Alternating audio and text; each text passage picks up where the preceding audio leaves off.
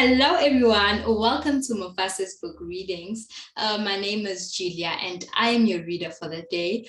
We're still on our book, The Third Alternative, by Stephen R Covey. Today, we're moving on to chapter 9. That's the second of last chapter. Chapter 9 is titled The Third Alternative Life, A Third Alternative Life. It starts off with a quote by Eleanor Roosevelt. The quote reads, it is not more vacation that we need, it is more vocation. I'll start with the reading. In the town of Ciba, Puerto Rico, you'll find a house known locally as the Manja, where the great cellist Pablo Casals spent his last 20 years before his death in 1973.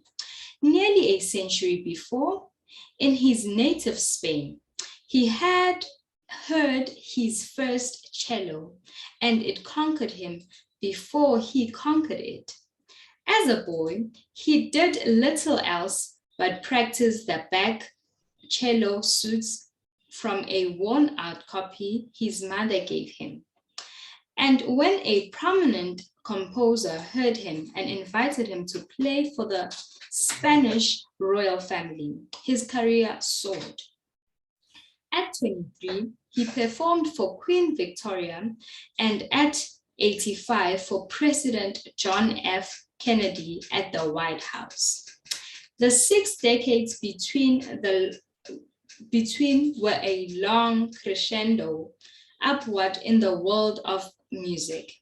Casals starred with great orchestras, won every possible honor, and was acclaimed the greatest cellist on the planet and perhaps in history. He was so beloved in Spain that when he played before the king, listeners pointed to the royal box and shouted, "This is our king, but Pablo is our emperor." In the great man's last years, his neighbors in Ciba would listen to the sound of the back suits coming from the windows of the Manja.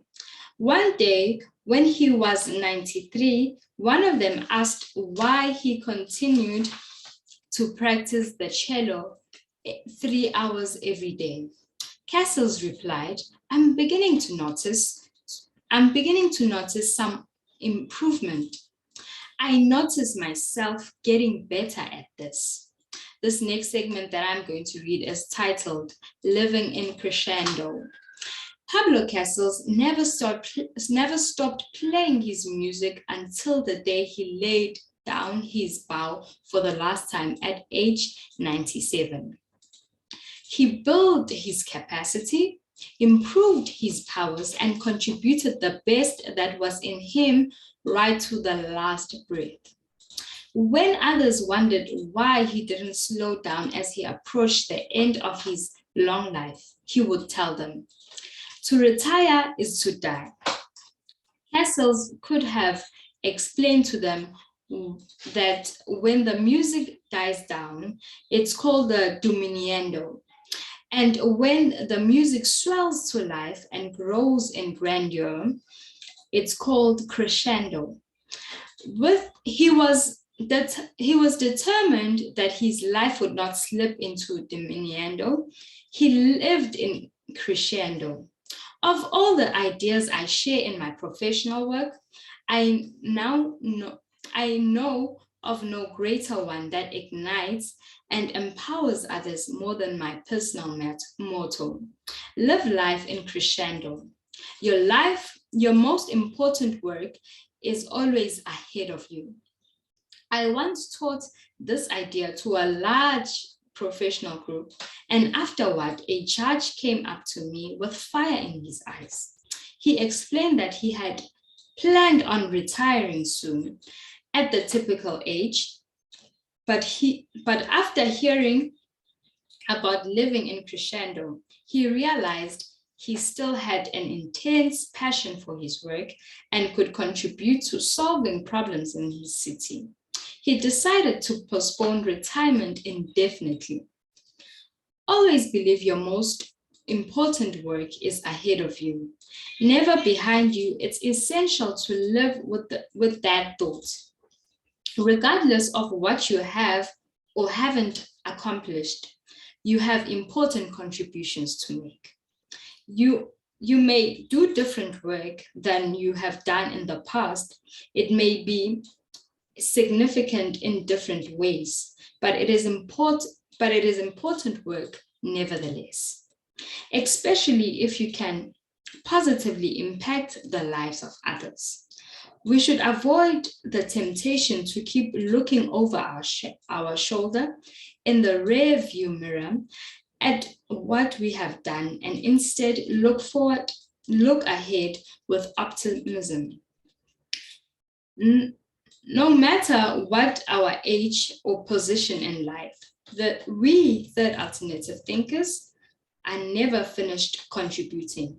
It's the nature of a third alternative mentality, always to be seeking something higher and better from life. We may get satisfaction from past accomplishments, but the next great contribution is always on the horizon. As this book shows, there are challenges everywhere that require the creative influence of a synergist.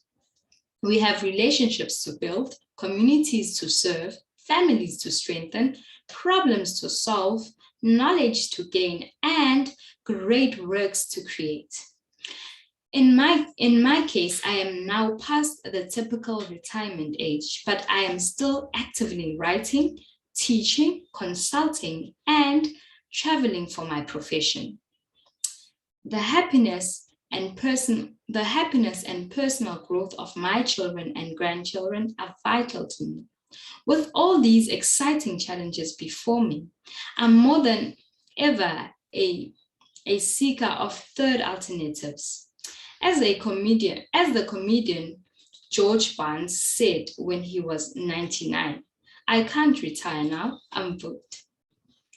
One of my daughters asked me if I would ever again write anything with the impact of the 7 habits of highly effective people. I think I startled her with my answer. Are you kidding? My best stuff is yet to come. I have 10 books in my head right now. This is not to overvalue myself. I truly believe my best work is ahead of me. Why shouldn't I feel that way? What motivation would I have to get up every day if I thought I had already given my best and had nothing of value left to share? I agree with the statement by Ernest T. Trigg. The man who has accomplished all that he thinks worthwhile has begun to die, no matter how old is he. Too many of us live a kind of second alternative existence. We work or we play. Many people work in order to play.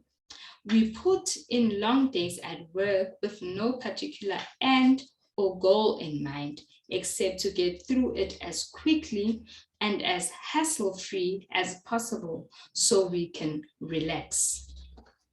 That is where today's reading will end. What really stood out of today's reading is this quote. Let me just read it out. Live life in crescendo. Your most important work is always ahead of you. I think with this, it just really motivates me to just keep looking forward to greater things and me having greater contributions to the world. And when I looked up the word crescendo, in music, it actually means it's the highest sound reached in a gradual sound. So I think it's just reinforced that fact that I should actually live at my highest at all times, because I still have great contribution to give out to the world. With that being said, thank you so much for joining me. You can catch this video on YouTube. Thank you for watching. Bye.